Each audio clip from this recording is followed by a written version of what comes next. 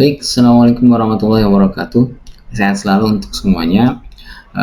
Selamat siang, karena kita belajar di waktu siang untuk semuanya peserta didik kelas 10 kuliner 1 SMK 3 Bogor.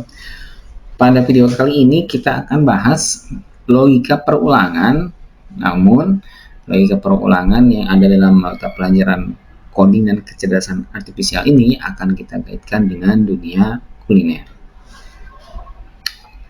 Oke, kita mulai ya.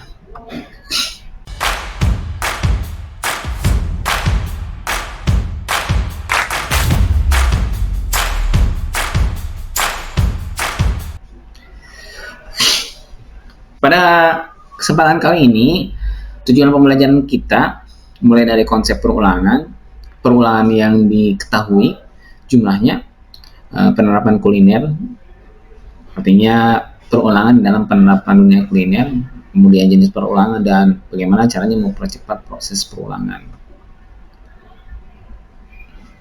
Perulangan itu sendiri adalah perintah berulang selama kondisi tertentu belum terpenuhi. Contoh umumnya adalah mengulang langkah memasak untuk mencapai hasil yang diinginkan. Oke, perulangan yang jumlahnya diketahui itu menggunakan sintak for. Contohnya, kita ingin mengaduk adonan sebanyak 10 kali dengan mudah dan efisien. Nah, artinya cara mengaduknya sama, tapi perulangannya sebanyak 10 kali.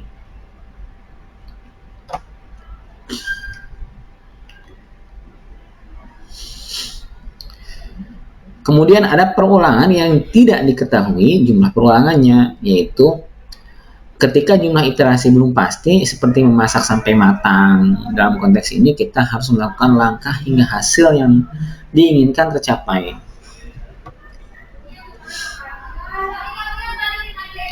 Nah, perulangan sendiri ada dua. Ada yang menggunakan sintak for, ada yang menggunakan sintak while. Kalau for, itu jumlahnya pasti. Perulangan for itu adalah perulangan yang diketahui jumlahnya. Misalkan mengaduk campuran tepat 10 kali selama proses memasak. Sedangkan perulangan menggunakan while itu atau loop while digunakan ketika jumlah iterasinya tidak pasti. Misalkan kita terus memasak sampai hidangan siap yang ditentukan oleh kondisi tertentu. Contoh kasus nih, menggunakan perulangan dalam memasak sangat efisien. Dengan mengulang langkah seperti mengiris sayuran, proses memasak menjadi lebih cepat dan teratur, serta menciptakan hasil yang lebih baik. Ya, ini dicontohkan mengiris bawang nih ya. Oke, kita latihan. Menggunakan perulangan for untuk mengiris bawang sebanyak 5 kali. Artinya, bawang itu diiris sebanyak 5 kali. Dengan asumsi, sebelumnya kita pernah mencoba dengan 5 kali irisan, misalkan. Bawang 1 siung bawang itu selesai. Contoh ya. Nah, sedangkan kalau while, ini perulangan yang tidak diketahui jumlahnya. Misal untuk mengaduk sup sampai semua bahan larut, itu membantu kita memahami pentingnya kondisi dalam perulangan. Diaduknya itu tidak 1 kali, tidak 2 kali, artinya diaduk selama proses memasak, misal seperti itu. Oke, latihan 3. Nah, ini kita sudah masuk ke penulisan algoritmanya. Kalau diperhatikan dari algoritma mulai sampai selesai, ini contohnya ya. Kita menggunakan perulangan while untuk contoh kasus seorang barista telah menyeduh kopi selama masih ada pelanggan. Jadi ini baristanya ini ada 3 nih contohnya. Dia akan terus membuat kopi dengan berbagai jenis dengan langkah yang sama. Ini seduh kopi, sajikan kopi, terus kurangi jumlah pelanggan. Ada lagi kopi yang dipesan diulangi terus. Jadi dibuat, kemudian disajikan ke tamu, bayar, selesai sampai jumlah pesanannya habis. Karena jika pelanggan habis, proses perulangan itu akan berhenti. Oke, selanjutnya kita akan membuat algoritma perulangan minimal 1 kali. Tapi jumlah perulangannya tidak diketahui.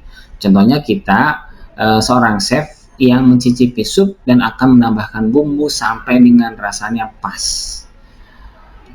Kita mulai ya, ini mulai cicipi sup. Ini maksudnya sedang mencicipi sup. Kemudian jika rasa belum pas, maka proses selanjutnya adalah menambahkan bumbu. Ulangi sampai rasanya pas. Ini prosesnya ada yang diaduk, disampaikan, dituangkan ke dalam mangkok. Nah, nanti baru disajikan.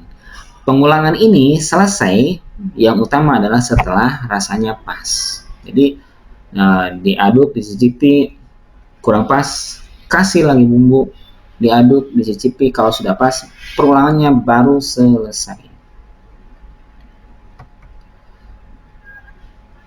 Oke, kesimpulannya adalah perulangan ini membantu pekerjaan menjadi lebih terstruktur dan efisien. Memungkinkan kita untuk memahami jenis-jenis perulangan yang mempercepat proses memasak dan meningkatkan produktivitas di dapur. Oke, terima kasih. Jika ada yang ingin ditanyakan, silahkan tulis di kolom komentar. Untuk tugas kali ini nanti akan disampaikan di Google Classroom terkait dengan pembuatan, kita kembalikan ya, pembuatan logika perulangan. Boleh menggunakan kata while seperti ini di contoh 3, boleh menggunakan contoh 4. Nah, silakan dipilih ya. Nanti tugas kaitan dengan pertemuan kali ini bisa dikumpulkan di Google Form yang disematkan di Google Classroom pada pagi ini. Kalau seandainya ada yang ingin ditanyakan, bisa nanti tulis di kolom komentar. Terima kasih atas perhatiannya. Kita tutup dengan ucapan alhamdulillah. Assalamualaikum warahmatullahi wabarakatuh.